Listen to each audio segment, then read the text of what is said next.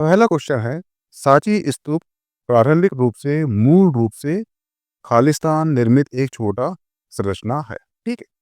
तो ध्यान रखना, सांची स्तूप का जो निर्माण है ये हुआ है ईंटों से। इसका आंसर क्या होगा? Option D. हुआ क्लियर? सांची स्तूप जो है ये अशोक द्वारा निर्मित है और ये भारत का सबसे बड़ा स्तूप है, ये ध्यान रखना।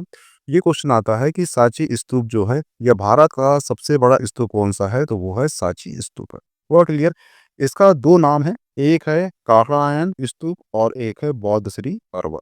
हुआ क्लियर? और इस स्तूप में दो बौद्ध भिक्षुओं की जो अस्थियों का संरक्षण किया गया है, एक है सारिपुत्र और एक है महामोगलाय। हुआ क्लियर? जो सांची स्तूप की खोज है ये 1818 में जनरल टेलर द्वारा की गई थी। और सांची स्तूप जो है इसे विश्व धरोहर सूची में स्थान दिया गया है कब? 1989 को। हुआ क्लियर? और 2017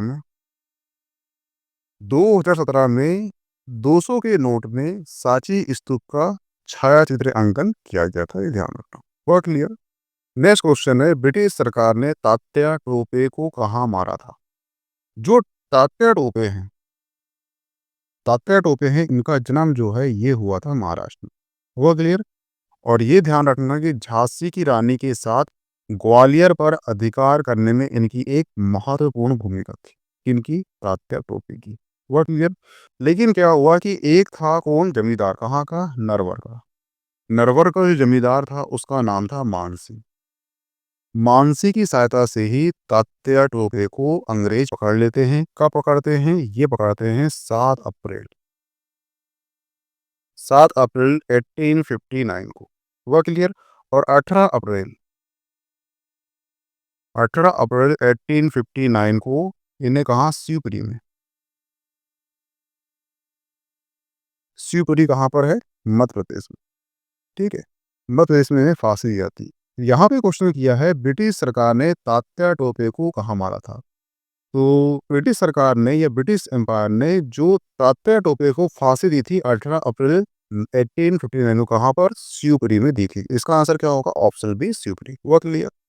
नेक्स्ट क्वेश्चन है, बुंदेलखंड का अलैयत समुदाय आला उदल और उनके द्वारा लड़े गए खालिस्तान युद्ध के बारे में गाता है। तो ध्यान रखना, जो बुंदेलखंड है वहां पे दो योद्धा हुए हैं, उनका नाम है आला और उदल। हुआ क्लियर? आला उदल जो है बुंदेलखंड के राजा परमार्दी देव जो है इनके ये सेनापति थे। हुआ क्लियर? और परमार्मी देव जो है इनके जो दरबार है यहाँ पर होते थे जगनी। ठीक है। और जगनी ने जो है आला खंड लिखा है। क्या लिखा है? आला खंड लिखा है। ठीक है। आला खंड लिखा है। और आला खंड में जो है आला उदल द्वारा 52 युद्ध की लड़ाई का उल्लेख है। हुआ क्लियर? और जो आला उदल की मृत्यु होती है, ये ध्यान रखना, आला उदल की मृत्यु जो है पृथ्वीराज तृतीय के साथ लड़ते हुए हो जाती है। हुआ क्लियर? ये भी क्वेश्चन आता है कि आला उदल की मृत्यु किसके साथ लड़ते हुई थी, तो वो हुई थी पृथ्वीराज तृतीय के साथ। हुआ क्लियर? इसका आंसर क्या होगा? ऑप्शन बी, 52 युद्ध। नेक्स्ट क्वेश्चन है, डॉक्टर बी आर अम्बेडकर द्वारा शोषित वर्ग संघ की स्थापना निम्नलिखित में से किस वर्ष में हुई थी? ठीक है। तो ध्यान रखना, जो डॉक्टर भीमराव अंबेडकर हैं इनका जन्म जो है कब हुआ था? ये हुआ था 14 अप्रैल 1891 को। हुआ क्लियर? और इन्होंने जो है कहाँ पे हुआ था? ये हुआ था मध्य प्रदेश के महू में। हुआ क्लियर? ये क्वेश्चन पूछता है। और इन्होंने 1924 को बहिष्कृत हितकारिणी सभा की स्थापना की थी।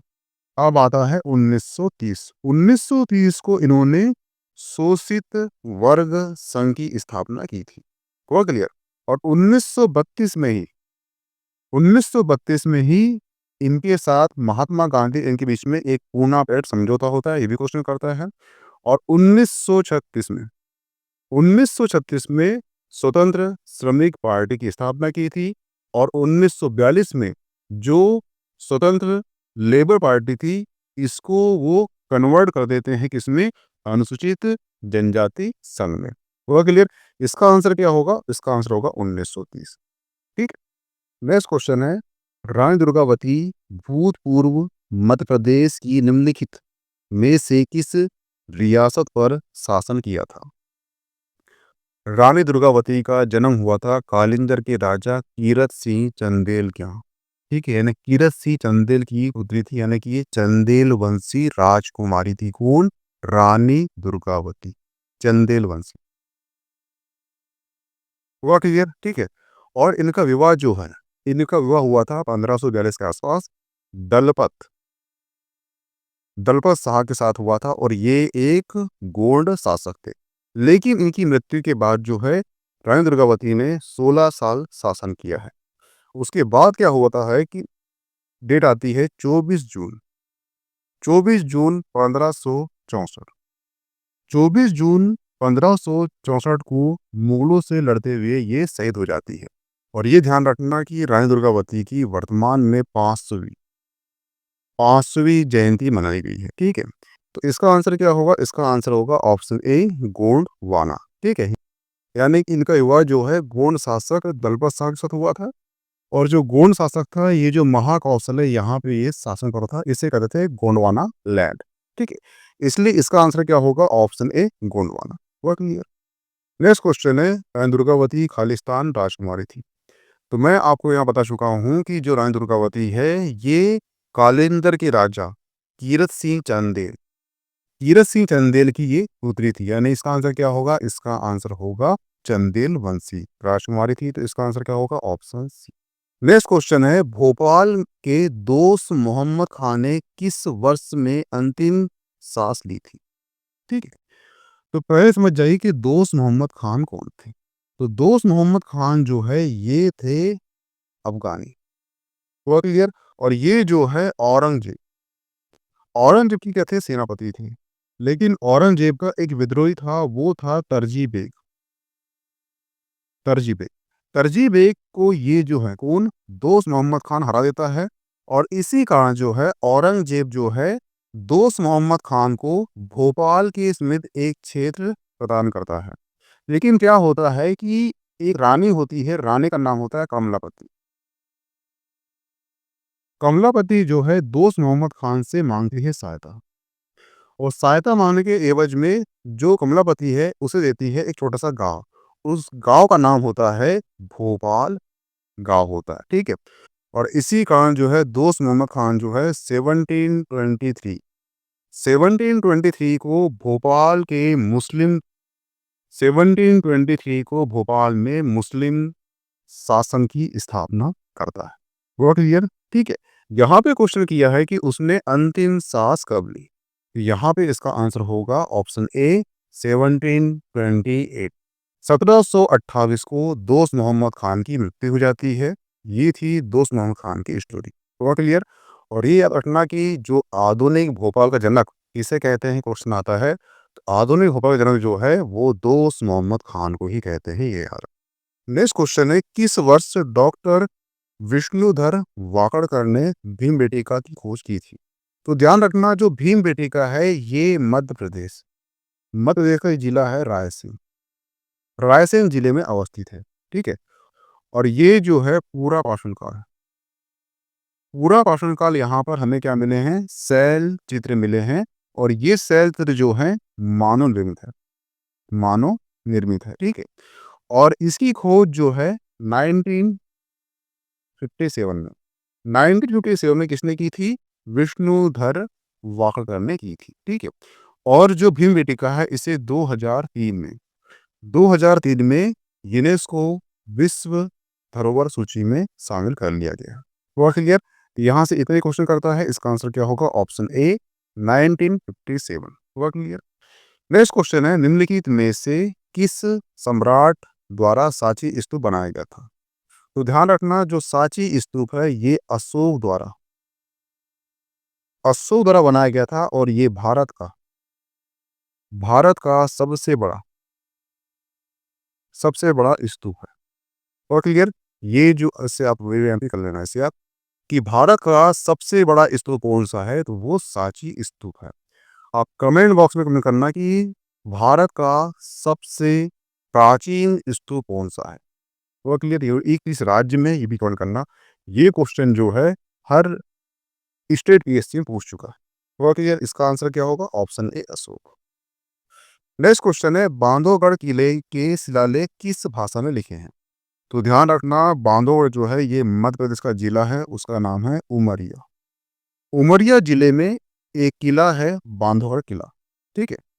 और बांधवगढ़ किला की जो स्थापना है, इसने निर्माण किया था, वो किया था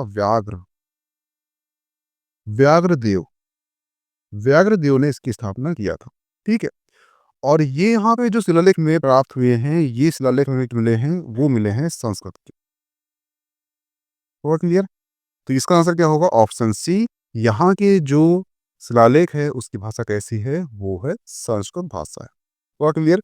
और बांधवगढ़ जो है, यहाँ पे एक नेशनल पार्क है, इसका नाम है बांधवगढ़ नेशनल पार्क और इसकी स्थापना 1968 में की गई थी, ठीक है? और ये भी क्वेश्चन करा कर चुका है ज्योग्राफी में, ठीक है? वो क्लियर है? जो पहला क्वेश्चन है वो है आसिरगढ़ मध्य प्रदेश निम्नलिखित जिलों में से कहाँ स्थित है? ठीक है? तो ध्यान रखना जो आसिरगढ़ है ये मध्य प्रदेश के बुरहानपुर जिले में अवस्थित है। जो बुरहानपुर जिला है इसकी सीमा जो है महाराष्ट्र से लगती है। हुआ क्लियर? और बुरहानपुर जिले के ही एक गांव है, उस गांव का नाम है पांधारा। पांधार। पांधार गांव में ही आसिरगढ़ किला अवस्थित है, जिसका निर्माण जो है राजा अहिर ने करवाया था। और इस आसिरगढ़ के किले में भगवान शिव का मंदिर और जामा मस्जिद अवस्थित है। आसिरगढ़ के किले को दक्कन का द्वार कहते थे, क्योंकि इस आसिरगढ़ किले को जीते बिना आप दक्षिण में प्रवेश नहीं कर सकते थे। तो इसका आंसर क्या होगा? Option C Burhanpur. Next question है 1 नवंबर 2000 को मध्य प्रदेश के विभाजन के समय मुख्यमंत्री कौन थे? तो ध्यान रखना 1 नवंबर 2000 को मध्य प्रदेश के विभाजन के समय जो मध्य प्रदेश के मुख्यमंत्री थे उनका नाम था दिग्विजय सिंह। ऑप्शन क्या होगा? ऑप्शन बी सही होगा। नेक्स्ट क्वेश्चन है निम्नलिखित में से मध्य प्रदेश का राजकीय वृक्ष कौन सा है? ठीक है, तो ध्यान रखना मध्य प्रदेश का राजकीय वृक्ष है वो है बरगद। हुआ क्लियर? इसका वैज्ञानिक नाम है फ्लाइकस वेनगा हेलेसिस। और मध्य प्रदेश का जो राजकीय पक्षी है वो है दूधराज एशियन पैराडाइज फ्लाईकेचर। और मध्य प्रदेश का जो राजकीय पशु है वो है बारहसिंगा। राजकीय पुष्प है सफेद लिली। और राज की जो मछली है वो है महासीर। राज की जो खेल है वो है मलखम। और जो राजकीय नाट्य है वो है माच। हुआ क्लियर? तो ये सारे पॉइंट आपके एग्जाम पॉइंट ऑफ से इंपॉर्टेंट है। तो इसका आंसर क्या होगा? ऑप्शन ए बरगद। नेक्स्ट क्वेश्चन है मध्य प्रदेश का उच्च न्यायालय कहाँ अवस्थित है? तो ध्यान रखना मध्य प्रदेश का उच्च न्यायालय जबलपुर में अवस्थित है। इसका आंसर क्या होगा? Option B. इसकी स्थापना भारत सरकार अधिनियम 1935 1935 1935 के तहत 1936 को की गई थी। इसके अधिकार क्षेत्र में मध्य प्रदेश आता है। इस उच्च न्यायालय के दो खंडपीठ है, एक है इंदौर, एक है ग्वालियर। हुआ क्लियर? इसका आंसर क्या होगा? Option B. नेक्स्ट क्वेश्चन है कौन सा शहर मध्य प्रदेश के वाणिज्यिक राजधानी के रूप में जाना जाता है? तो ध्यान रखना मध्य प्रदेश की वाणिज्यिक राजधानी के रूप में इंदौर शहर को जाना जाता है। पिछली शताब्दी में इस शहर में कपड़े और आभूषण आदि के मामले में महाराष्ट्र एवं गुजरात के साथ प्रमुख व्यवसाय होता था। वर्तमान में ये राष्ट्रीय शिक्षा केंद्र और खेल गतिविधियों के लिए मध्य प्रदेश स्टॉक एक्सचेंज इत्यादि का विस्तार हुआ है। इसका आंसर क्या होगा? Option B Indore. Next question है मध्य प्रदेश को पहले क्या कहा जाता था? तो ध्यान रखना 1950 1950 में ब्रिटिश पूर्वी ब्रिटिश केंद्रीय प्रांत और बरार मरकाई के राज्य और छत्तीसगढ़ के साथ मिलकर मध्य प्रांत का गठन किया गया था। तब इसको मध्य प्रांत के नाम से जाना जाता था। यहाँ के मुख्यमंत्री कौन थे पहले? वो थे रविशंकर शुक्ल। इसका आंसर क्या होगा? ऑप्शन सी मध्य प्रांत। नेक्स्ट क्वेश्चन है निम्नलिखित में से कौन से क्रमशः मध्य प्रदेश के राजकीय पशु पक्षी व पेड़ है? तो मैं आपको पहले ही क्वेश्चन में बता चुका हूँ कि जो राजकीय पशु है वो है बारहसिंगा, राजकीय पक्षी कौन है तो वो है दूधराज, जो राजकीय पेड़ है वट यानी बरगद। इसका आंसर क्या होगा? Option A. नेक्स्ट क्वेश्चन है, मध्य प्रदेश का राजकीय पशु क्या है? तो ध्यान रखना इसका आंसर क्या है? जो राजकीय पशु है ये है बारहसिंगा। ठीक है। और जो राजकीय वृक्ष है ये बरगद है। राजकीय पक्षी कौन है? दूधराज है, शाहबलूत भी कहते हैं इसे। राजकीय मछली कौन सी है? तो ये महासीर है। राजकीय पुष्प पूछेगा आपसे तो वो सफेद लिली है। और राजकीय खेल कौन सा है? तो वो है मलखम्ब है। नेक्स्ट क्वेश्चन है, एक सरकारी बैंक नोट मुद्रणालय मध्य प्रदेश के किस स्थान पर अवस्थित है? तो ध्यान रखना सरकारी बैंक नोट मुद्रणालय मध्य प्रदेश के देवास जिले में अवस्थित है। हुआ क्लियर? इसकी स्थापना जो है 1974 1974 की गई थी। यहाँ पर 10, 20, 50, 100, 500 और 2000 के नोट छापे जाते थे। और ध्यान रखना 1967 को होशंगाबाद में सिक्योरिटी पेपर मिल की स्थापना की गई थी, जहां पर स्टाम्प पेपर तथा नोट बनाने वाले कागज का उत्पादन होता है। ठीक है। तो ये दोनों क्रेडिट आपके एग्जाम पढ़ने से इंपॉर्टेंट है, ये ध्यान रखना।